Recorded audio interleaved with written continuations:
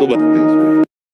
महाराज जी, मैंने सुना है कि हमें हर किसी के पैर नहीं छूने चाहिए, किंतु मैं गृहस्थ जीवन में हूँ तो मुझे अपने से बड़े सभी के पैर छूने होते हैं, लेकिन मैं पैर छूकर तुरंत हाथ धो लेती हूँ। तो क्या महाराज जी मैंने जो पुण्य पैर छूकर कमाए उसे हाथ धोकर नष्ट कर दिया? ले ऐसे हाथ धो के लेने, हाथ तो धो ही लेना चाहिए। श्री जी की सेवा करनी, ठाकुर की सेवा करनी है तो चरण छूना तो एक सबकी मर्यादा है, और चरणों में भगवान का वास है, इसीलिए किसी के मस्तक नहीं छुए जाते, चरण छुए जाते, चाहे कोई भी हो।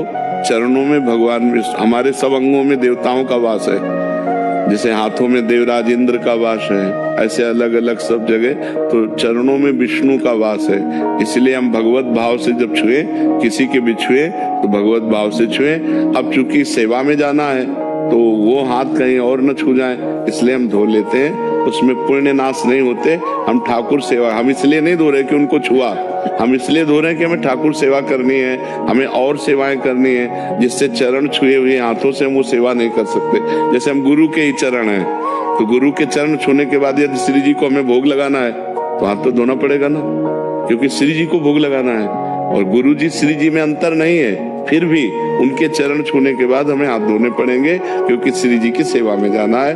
और अगर गुरु जी देख ले तो डांट देंगे, पहले हाथ धो, ऐसे श्री जी की सेवा में क्यों जा रहा है। तो ये बात हम मन में सोचते हैं। हम अगर इस भाव से धोए कि यार तो भले पुण्य नष्ट हो जाए, लेकिन हम तो श्री जी की सेवा के लिए धो रहे हैं, इसलिए कोई बात